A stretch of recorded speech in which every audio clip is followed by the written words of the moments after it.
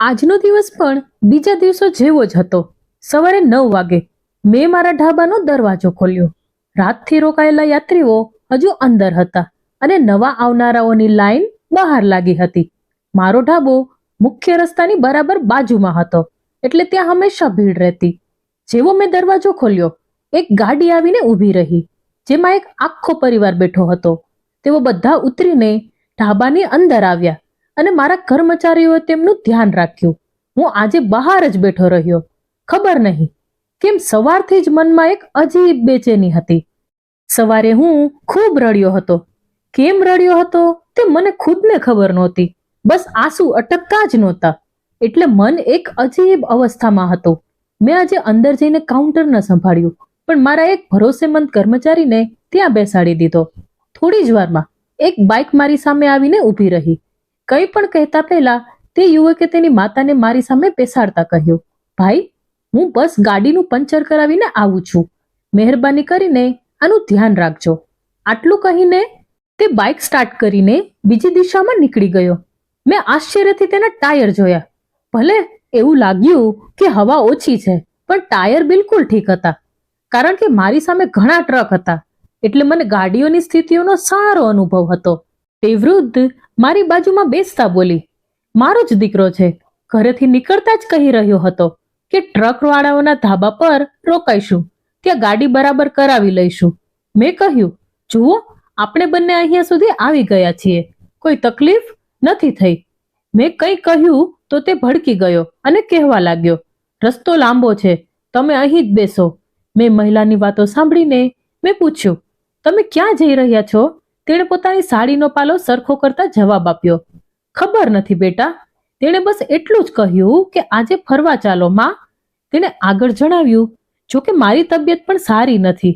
હું તેને સમજાવી રહી હતી, પણ તે ક્યાં સાંભળે છે. બસ દરેક વખતે બૂમો પાડતો રહે છે. મારી કોઈ વાત સાંભળતો જ નથી. તે મહિલા ઘણી નિર્દોષ લાગી રહી હતી. તેનો ચહેરો જોઈને જ ખબર પડી જતી હતી. મેં કંઈક વિચારીને પૂછ્યું, તમે કંઈ ખાધું છે? તેણે માથું હલાવીને ના પાડી અને કહ્યું, સવારના સમયે બ્રેડનો એક ટુકડો ખાધો હતો, પણ હવે ભૂખ લાગી છે. દીકરાએ કહ્યું હતું કે કોઈ ઢાબા પર કંઈક ખવડાવી દેશે. કદાચ ગાડી સરખી કરાવીને પાછો ફરે તો અહીં જ કંઈક ખાઈએ. મેં સહમતીમાં માથું હલાવ્યું અને ચૂપ થઈ ગયો. થોડી જ વારમાં મારો એક કર્મચારી અંદરથી આવ્યો અને બોલ્યો, ભાઈ, જે મોટો પરિવાર આવ્યો છે તે રોકાવા માટે રૂમ માંગી રહ્યો છે.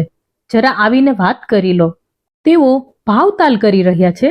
મેં માથું હલાવ્યું અને તે વૃદ્ધ સામે જોઈને કહ્યું, માં, તમે અહીં જ બેસો, હમણાં આવું છું, ક્યાંય જતા નહીં.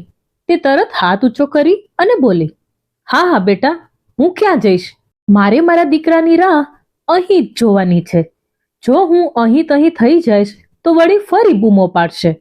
તે વૃદ્ધ મહિલાની વાત સાંભળીને મેં ચૂપચાપ માથું હલાવી દીધું અને અંદર આવી ગયો. મને એવા યુવાનો બિલકુલ પસંદ નથી જે પોતાની માતા પર ગુસ્સો કરે. હું પોતે બાળપણમાં મારી માતાને ગુમાવી ચૂક્યો છું. મને ખબર છે કે માં ગુમાવવાનું દર્દ કેટલું લાંબુ અને કેટલું એકલતાવાળું હોય છે. જીવન કેટલું સૂનું થઈ જાય છે તે હું જાણું છું. ઘરનું ખાવાનું તો મને ક્યારેય નસીબ જ નથી થયું. કદાચ આ જ કારણે મેં એક ઢાબો ખોલ્યો હતો. હું મારી માના હાથના ખાવા જેવી આઈટમ પીરસતો હતો. મેં મોટા મોટા ડિગ્રીવાળા રસોઈયા નહોતા રાખ્યા, પણ ઘરની મહિલાઓને કામ પર રાખી હતી. તેઓ પોતાની હાથથી મમતા અને મીઠાશથી બનાવેલા ખાવાને પ્રેમથી આપના ગ્રાહકોને આપતી હતી. અંદર જઈને જ્યારે મેં તે પરિવારનું ખાવા પીવાનું બતાવી દીધું ત્યારે હું બહાર આવ્યો, પણ તે વૃદ્ધ માતા ક્યાંય દેખાઈ નહીં. મારો જીવ તાળવે ચોંટી ગયો. તે છોકરાએ તેની માતાને મારા ભરોસા પર છોડી હતી અને હવે તે ક્યાંય દેખાતી નથી. મને પસ્તાવો થવા લાગ્યો કે કાશ મેં તેમને હોટલની અંદર જ બેસાડી દીધા હોત. મેં તરત જ અહીં તહીં નજર દોડાવી, પણ તે ક્યાંય ન દેખાઈ. મારા હાથ પગ ઠંડા પડવા લાગ્યા. હોટલના દરવાજા પર ઊભો રહીને હું ગભરાટમાં જોરથી બૂમ પાડી, માં, બહાર આવો. મારો અવાજ સાંભળીને 2-3 છોકરા અને સ્ટાફના કેટલાક લોકો બહાર આવ્યા. એણે પૂછ્યું, શું થયું સાહેબ, બધું બરાબર છે? હું તરત બોલ્યો, એક વૃદ્ધ માતા હતા, ગુલાબી સૂટમાં. જુઓ, ક્યાંય ચાલ્યા ગયા છે? તેમનો દીકરો તેમને મારા હવાલે છોડી ગયો હતો. તેમની જવાબદારી હવે મારી હતી. એક યુવાને કહ્યું, અરે ભાઈ, જવા દો, કદાચ તેમનો દીકરો આવી ગયો હશે અને તેમની સાથે ચાલ્યા ગયા હશે. મેં માથું હલાવીને કહ્યું, ના, મને કોઈ બાઇકનો અવાજ સંભળાયો નથી. તમે લોકો અહીં તહીં જુઓ, ખબર કાઢો કે ક્યાં ચાલ્યા ગયા તે આંટી. મારું હૃદય ઝડપથી ધબકી રહ્યું હતું. ખબર નહીં કેમ મેં મહિલાનું અચાનક ગાયબ થઈ જવું મને ખૂબ બેચેન કરી રહ્યું હતું. મેં આખો વિસ્તાર જોઈ લીધો, પણ તેમનું કંઈ પતો લાગ્યો નહીં. હું સીસીટીવી ફૂટેજ ચેક કરવા જ જઈ રહ્યો હતો કે કોઈએ મારા ખભા પર હાથ મૂક્યો. પાછળ ફરીને જોયું તો તે વૃદ્ધ માતા હતા. હાથમાં કંઈક ફૂલ લઈને હસી રહ્યા હતા. તે મારી તરફ ફૂલ લંબાવતા બોલ્યા, બેટા, તું ખૂબ નેકદિલ છે. મેં જોયું કે તે કેવી રીતે લોકો પાસેથી ઓછા પૈસા લીધા. મને ખૂબ સારું લાગ્યું, એટલે હું તારા માટે ફૂલ તોડવા ગઈ હતી. આ લે મારી તરફથી એક નાનકડી ભેટ. હવે મને કંઈક ખાવા આપ, ભૂખ લાગી છે. જ્યારે મારો દીકરો આવશે તે તને પૈસા આપી દેશે. હું હેરાની અને ચિંતાથી બોલ્યો, માં, તમે પણ હદ કરો છો. હું ક્યારનો તમને શોધી રહ્યો છું. મને લાગ્યું કે તમે ક્યાંક ખોવાઈ ગયા છો. મારી વાત પૂરી પણ નહોતી થઈ કે તેમણે પ્રેમથી મારા વાળમાં હાથ ફેરવ્યો અને હસીને બોલ્યા, અરે, આટલો બધો ગુસ્સે કેમ ભરાઈ ગયો? હું કઈ દૂર નહોતી ગઈ. મેં તો કહ્યું પણ હતું કે હું ક્યાંય નહીં જાઉં. જો હું જતી રહું તો મારો દીકરો ખીજાશે. હવે તો કંઈક ખવડાવ, દવા પણ લેવાની છે. તેમની વાત સાંભળીને મેં તેમનો હાથ પકડ્યો અને તેમને લઈને અંદર આવ્યો. તેમને એક સારી મેચ પર બેસાડ્યા અને કહ્યું, માં, બોલો, શું ખાશો? હું જાતે લાવીને આપીશ. મેં કહ્યું ત્યારે તે તરત બોલી, હું વધારે તીખું નથી ખાઈ શકતી. મારા ગળામાં તકલીફ રહે છે. એક સાદું અને મીઠું લાવી આપ. હું તરત બોલ્યો, તમને શુગર તો નથી ને? ત્યારે તે હોઠ પર આંગળી મૂકતા બોલ્યા, થોડીક છે, પણ અત્યારે દીકરો ક્યાં છે? એને ક્યાં જોવાનું છે? તું લઈ આવ, હું થોડુંક ખાઈશ. હું હસીને બોલ્યો, બિલકુલ નહીં. જો તમને શુગર છે તો હું તમને મીઠું બિલકુલ નહીં આપું. હા, તમારા માટે હું કંઈક દલિયા બનાવડાવું છું. આ સાંભળતા જ તેમણે તરત મોં બગાડ્યું અને કહ્યું, ના, દલિયા નથી ખાવા, કંઈક સારું લાવો જેથી મારો મૂડ સારો થઈ જાય. હા, પણ મરચું ઓછું હોવું જોઈએ અને તીખું હું નથી ખાતી. મેં તેમને ધ્યાનથી જોયા. ખબર નહીં કેમ તેમના શબ્દો મને કંઈક સાંભળેલા લાગ્યા. મેં માથું હલાવીને મારા પગ કાઉન્ટર તરફ વધારી દીધા અને તરત એક ગરમ સારી અને બાફેલા સાદા ભાત તૈયાર કરવાનું કહ્યું, જેથી તે મહિલા આરામથી ખાઈ શકે. તે હજુ પણ મારી સામે જોઈ રહી હતી. મેં હળવું સ્મિત આપ્યું તો તેમણે પણ હસીને નજર નીચી કરી.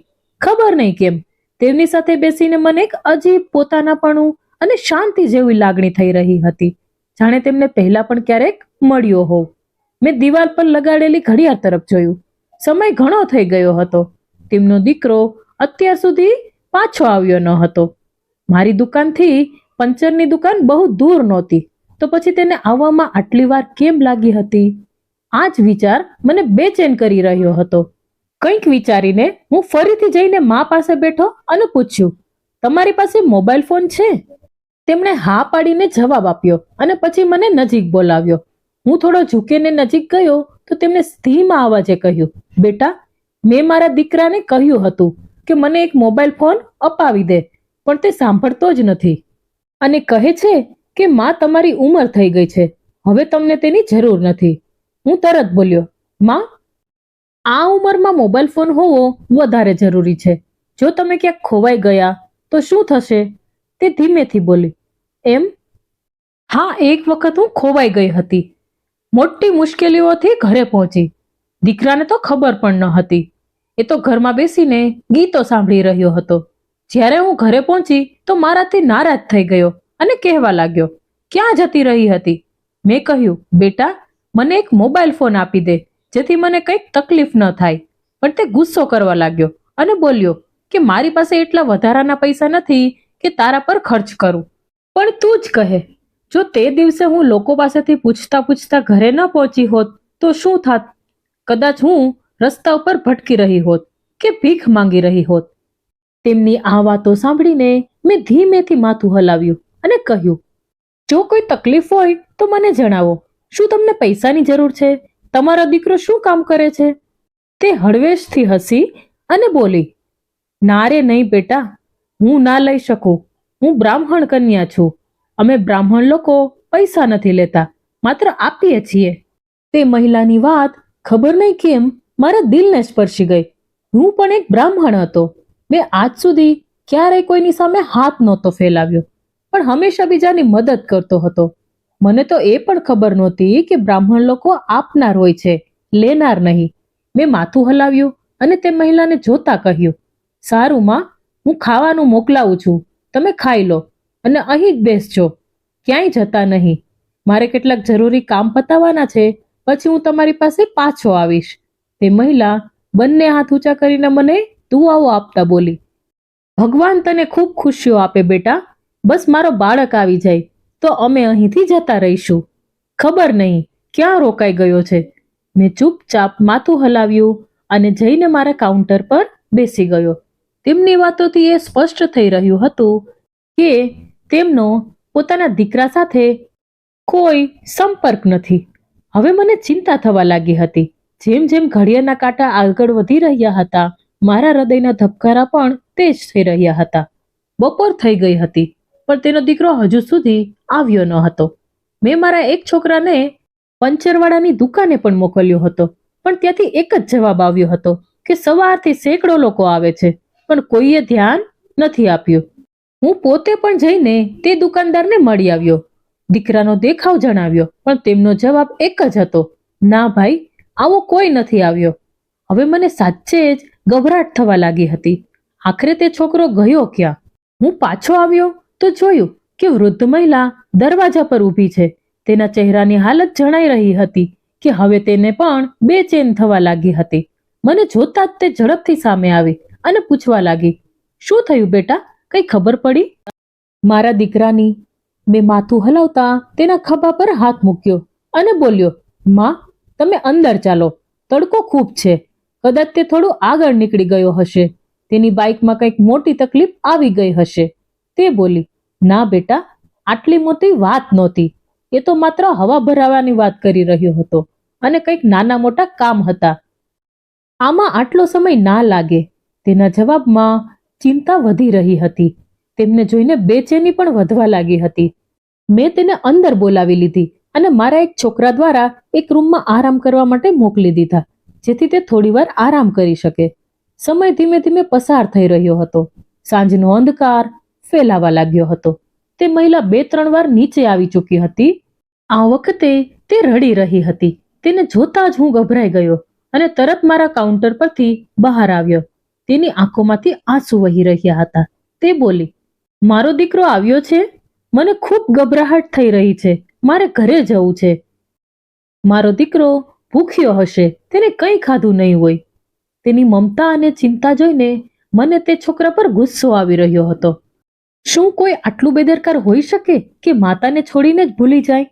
જો ભૂલી પણ ગયો હોય તો સવારથી અત્યાર સુધીનો સમય શું એટલો ઓછો છે? મારા ગુસ્સાથી ખરાબ હાલત થઈ રહી હતી. તે મહિલા સતત રડી રહી હતી. મેં તેને પકડીને ખુરશી પર બેસાડી અને ઠંડુ પાણી મંગાવ્યું. પાણીની બોટલ તેની તરફ લંબાવતા બોલ્યો, માં, આ રીતે રડવાથી કોઈ હલ નહીં મળે. હું કંઈક કરું છું, પણ તમે તમારી જાતને કાબૂમાં રાખો. આ રીતે રડવાથી તમારી તબિયત વધુ બગડી જશે.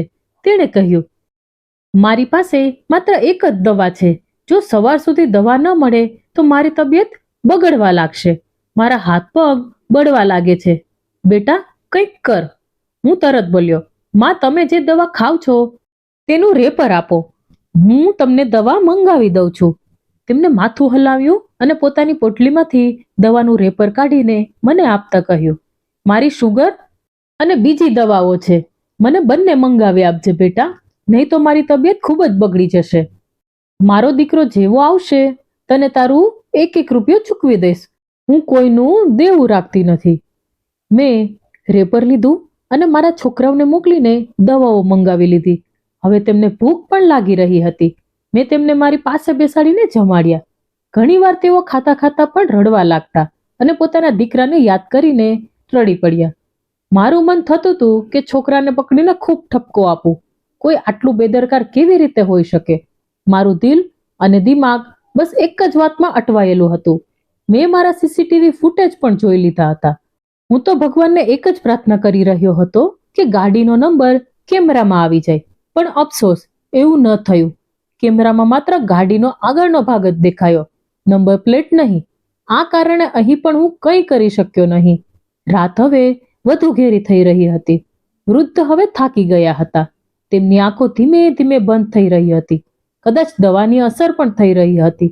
મેં તેમને જોઈને કહ્યું, માં, એક કામ કરો, મારી સાથે ઘરે ચાલો. તમને અહીં એકલા છોડવાનું મન નથી થતું. ખબર નહીં કેમ હું તે મહિલા સાથે જરા પણ કઠોરતાથી વાત કરી શકતો નહોતો. જ્યારે કે હું સામાન્ય રીતે ખૂબ કઠોર સ્વભાવનો માણસ હતો. મારા આખા સ્ટાફને મારાથી ખૂબ ડર લાગતો હતો. કોઈ પણ મારી સાથે આંખમાં આંખ મિલાવીને વાત કરી શકતું નહોતું. પણ તે મહિલાની સામે હું જાણે બિલકુલ બદલાઈ ગયો હતો. મારી હોટલમાં ઘણા રૂમ હતા જ્યાં તેઓ રાત વિતાવી શકતા હતા, પણ હું તેમને એકલા છોડવા માંગતો નહોતો. હું વિચારતો રહ્યો કે જો રાત્રે તેમને મારી જરૂર પડે તો તેઓ શું કરશે. એટલે મેં તેમને મારા ઘરે ચાલવાનો પ્રસ્તાવ મૂક્યો, પણ તેઓએ તરત બોલ્યા, ના બેટા, હું ઘરે નહીં જાઉં. હું અહીં જ બહાર જ બેસીશ. મારો દીકરો આવી જશે. તેને ભૂલવાની આદત છે. ઘણીવાર વસ્તુઓ ભૂલી જાય છે. તેમની આ વાત સાંભળીને મને ખૂબ જ દુઃખ થયું.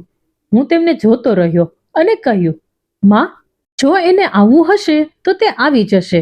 જો એ તમારા વિશે પૂછશે તો મારો સ્ટાફ મને ફોન કરી દેશે. હું આખી રાત જાગીને રાહ જોઈશ. તમે ચિંતા ના કરો, પણ તમને અહીં એકલા છોડવા યોગ્ય નથી. તમે બીમાર છો. મારા ઘરે જઈને આરામ કરશો તો સારું લાગશે. એમની આંખોમાં આંસુ આવી ગયા. તેઓ બોલ્યા, મારું દિલ નથી માનતું. મારું દિલ કહે છે કે તે જરૂર આવશે અને પછી તમને તકલીફ થશે. અડધી રાત્રે મને પાછા અહીં કેવી રીતે મૂકવા આવશો? હું તરત બોલ્યો, માં, તમે મને દીકરો કહ્યો છે ને, તો હું તમને અડધી રાત્રે પણ અહીં છોડીને જતો રહીશ. મારી પાસે મોટી મોટી ગાડીઓ છે, ડ્રાઈવર છે. તમે ચિંતા ના કરો. તે મહિલા થોડી પરેશાન લાગી રહી હતી. થોડી વાર પછી તેમણે માથું હલાવ્યું અને પછી બોલ્યા, સારું, ચલો ઠીક છે, હું તમારી સાથે ચાલું છું. આટલું કહીને તેમણે પોતાની સાડીનો પાલવ સરખો કર્યો અને પછી બોલ્યા, હું તૈયાર છું બેટા, ચાલો. મેં માથું હલાવીને મારા મેનેજરને ઈશારાથી બોલાવ્યો અને જરૂરી વાતો સમજાવીને તે વૃદ્ધને લઈને ઘર તરફ રવાના થઈ ગયો. જેવી તેઓ મારી કારની આગળની સીટમાં બેઠા, હસીને બોલ્યા, મારી ખૂબ જૂની ઈચ્છા હતી કે કોઈ મોટી કારમાં ફરું. જુઓ, આજે ભગવાને મારી આ ઈચ્છા પણ પૂરી કરી દીધી. બસ મારો દીકરો સાથે હોત તો વધુ સારું લાગત. મેં તેમની તરફ જોયું. તેમની આંખોમાં આશા અને દિલમાં દર્દ હતું. તે કેટલા સુંદર અને કેટલા નેકદિલ મહિલા હતી, અને અમારા જેવા દીકરા તેમની કદર પણ નથી કરતા. મને હવે પૂરો વિશ્વાસ થઈ ગયો હતો કે તે યુવક તેની માતાનો પીછો છોડાવીને ભાગી ગયો હતો. મને ખૂબ અફસોસ થઈ રહ્યો હતો અને દયા પણ. હવે આ મહિલાનું શું થશે? મેં તે જ ક્ષણે મનોમન એક સંકલ્પ લીધો, જ્યાં સુધી હું જીવું છું હું આ મહિલાની સંભાળ જરૂર રાખીશ. ભગવાને કોઈ કારણસર જ આ મહિલાને મારી સાથે પહોંચાડ્યા હશે, નહીતર તે યુવક તેમને બીજા કોઈ રસ્તા પર પણ છોડી શકતો હતો. હું મારા ઘરે પહોંચી ગયો. જેવો તેમણે મારો હાથ પકડ્યો, મને લાગ્યું કે હું એક સારો માણસ બનતો જાઉં છું. મેં મારા નાના ઘરને મોટા દિલથી સજાવ્યું હતું. જેવી ગાડી પોર્ચમાં ઊભી રહી, તે મહિલા ખુશ થઈને બોલ્યા, વાહ, તમારું ઘર તો ખૂબ સારું છે. મારી ખૂબ ઈચ્છા હતી કે ક્યારેક આવા ઘરમાં જાઉં. નાટકમાં જોતી હતી. દીકરો કહેતો હતો કે આ અમીર લોકોના ઘર હોય છે. શું તમે ખૂબ અમીર છો? હું હસી પડ્યો અને માથું ઝુકાવીને બોલ્યો, માં, અમીર છું કે નહીં તે તો ના કહી શકું, પણ એટલું જરૂર કહીશ કે મેં કોઈની સામે ક્યારેય હાથ નથી ફેલાવ્યો અને જે પણ મળ્યું તેમાં સંતોષ મેળવ્યો અને જે થઈ શક્યું તે કર્યું. તેઓ હસીને બોલ્યા, ભગવાન તારા ભાગ્યમાં વધુ બરકત આપે. જે રીતે તમે આજે મારું ધ્યાન રાખ્યું છે, હું શબ્દોમાં વર્ણન કરી શકતી નથી. આજે મેં તમને દિલથી ઢગલાબંધ આશીર્વાદ આપ્યા છે. બસ ભગવાન કરે મારો દીકરો મને લેવા આવી જાય. મને તેની ખૂબ ચિંતા થઈ રહી છે. તેને મારા હાથનું ખાવાનું ખૂબ ભાવે છે. બહારનું ક્યારેય ખાધું જ નથી. મેં બસ હા માથું હલાવ્યું અને તેમની સાથે ગાડીમાંથી ઉતરી ગયો. એક પળ માટે મનમાં વિચાર આવ્યો કે આ મહિલાને સાચું કહી દઉં કે તમારો દીકરો તમને છોડીને હંમેશા માટે જતો રહ્યો છે, પણ જેટલા પ્રેમ અને વિશ્વાસથી તેઓ પોતાના દીકરાની યાદ કરી રહ્યા હતા, તેટલી લાગણીથી તેનું નામ લઈ રહ્યા હતા, હું એક શબ્દ પણ બોલી શક્યો નહીં. મને લાગ્યું કે ચૂપ રહેવું જ સારું છે. મેં તેમનો હાથ પકડ્યો અને બોલ્યો, માં, ચાલો હવે અંદર જઈએ, પછી તમે થોડી ચા પીને આરામ કરી લેજો. પણ તેઓ તરત માથું હલાવતા બોલ્યા, ના બેટા, તેની જરૂર નથી. હું હવે બસ થોડું આરામ કરી લઈશ, પણ જેવો મારો દીકરાનો ફોન આવે મને જરૂરથી જગાડી દેજે. હું અડધી રાતે પણ ઉઠી જઈશ. મારા બાળકને રાહ ન જોડાવતા. હું કંઈ પણ બોલી શક્યો નહીં. બસ ચૂપચાપ તેમને લઈને અંદર ગયો. અમે હજુ લિવિંગ રૂમ સુધી પહોંચ્યા કે પિતાજીનો અવાજ આવ્યો, આવી ગયો સમીર? ક્યારનો તારી રાહ જોઈ રહ્યો હતો. આજે તે ખૂબ મોડું કરી દીધું. પિતાજી મારી બરાબર સામે ઊભા હતા. હું કંઈ પણ કહું તે પહેલા જ પિતાજી બોલી પડ્યા, આ મહિલા કોણ છે જે તારી સાથે છે? હું હજી જવાબ આપવા જઈ રહ્યો હતો કે ત્યાં જ મહિલા વૃદ્ધ અચાનક ફર્યા. તેમની આંખોમાં આંસુ હતા, ચહેરો ઉદાસ અને થાકેલો હતો, અને મારા પિતાજી જાણે તેઓને જોઈને શ્વાસ લેવાનું જ ભૂલી ગયા હોય.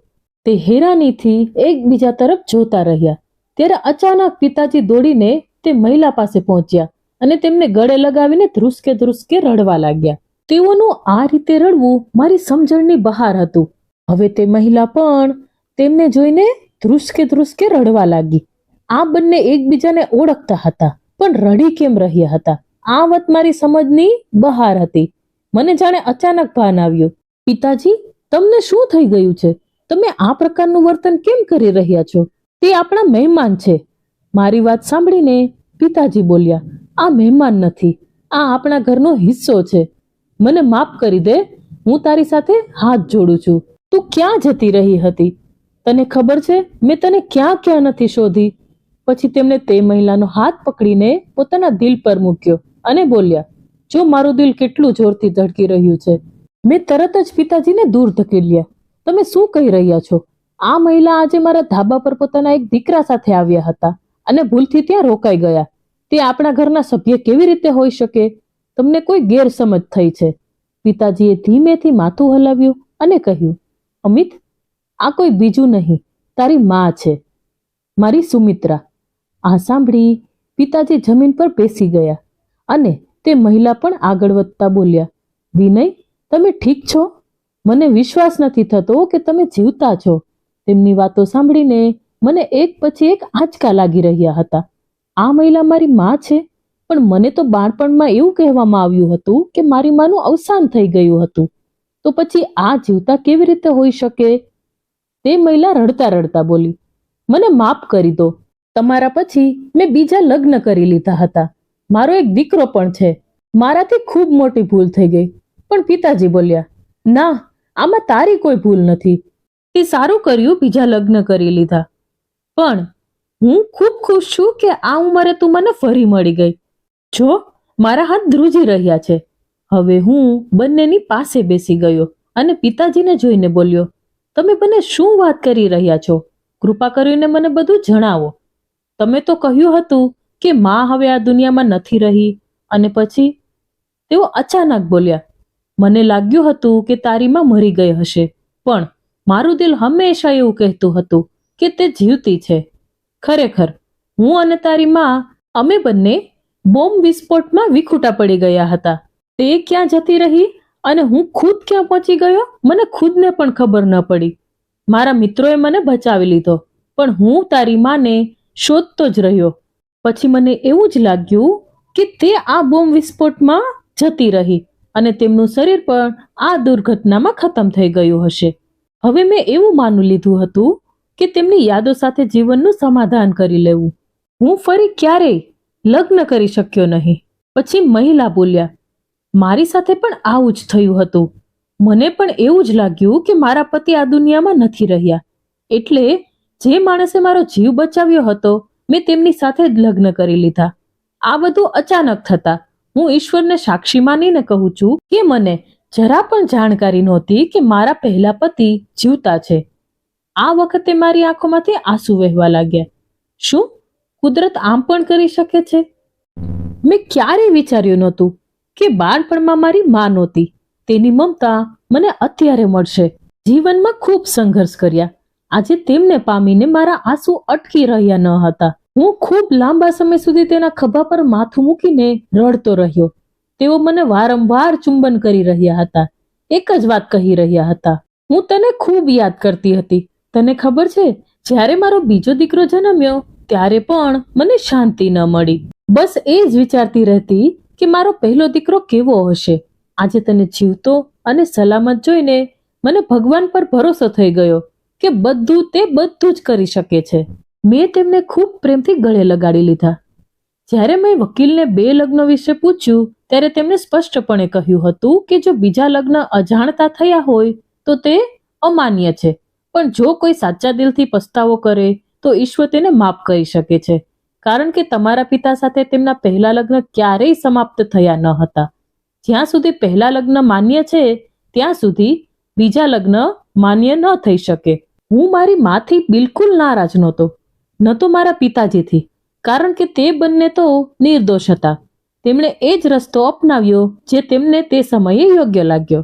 હું તો ઈશ્વરનો આભાર માનું છું કે તેમણે ભૂલ કરી, પણ તે જાણી જોઈને નહોતી. તેમને એ ખબર જ નહોતી કે શું પાપ છે અને શું નહીં. પછી મેં મારા નાના ભાઈને પણ શોધી કાઢ્યો અને તેને ઘરે બોલાવીને 2 થપ્પડ મારી. મેં કહ્યું, તું કેટલો સ્વાર્થી નીકળ્યો, તને તો શરમ આવવી જોઈએ. જે મહિલાએ તને બાળપણથી ખોળામાં ખવડાવ્યો, તું એને એકલા છોડીને ચાલ્યો ગયો. તે રડતા રડતા બોલ્યો, મારી પાસે પોતાને ખાવા માટે પૈસા નહોતા, હું તેમને કેવી રીતે ખવડાવું. એટલે મેં વિચાર્યું કે જ્યારે તે મારી આંખો સામે જ નહીં હોય તો મને દુઃખ નહીં થાય. આ જ કારણ હતું કે હું તેમને છોડીને જતો રહ્યો. પણ મેં તેને પણ માફ કરી દીધો. આટલા વર્ષો પછી મારી મા મને મળી ગઈ તો જો જરૂર પડત તો હું તેમના માટે મારો જીવ પણ આપી દેત. જ્યારે હું ઈશ્વરની લીલા અને કરિશ્મા વિશે વિચારું છું તો મારી આંખો ભરાઈ આવે છે. હું તેમનો જેટલો આભાર માનું તેટલો ઓછો છે. મિત્રો, આ એપિસોડ જો તમને પસંદ આવ્યો હોય તો ખાસ વિડીયોને લાઈક કરી એકવાર કમેન્ટમાં જય શ્રી કૃષ્ણ જરૂરથી લખજો. અને તમે કયા ગામથી મારી સ્ટોરી સાંભળો છો તે પણ આપ અમને જરૂરથી જણાવજો. અને ખાસ મિત્રો, આપણી ચેનલને સબસ્ક્રાઇબ કરવાનું ભૂલશો નહીં, જેથી આવી જ સત્ય ઘટના પર આધારિત કહાની તમને સમયસર સાંભળવા મળતી રહે. ફરી મળીશું એક નવા એપિસોડ સાથે. જય શ્રી કૃષ્ણ. રાધે રાધે.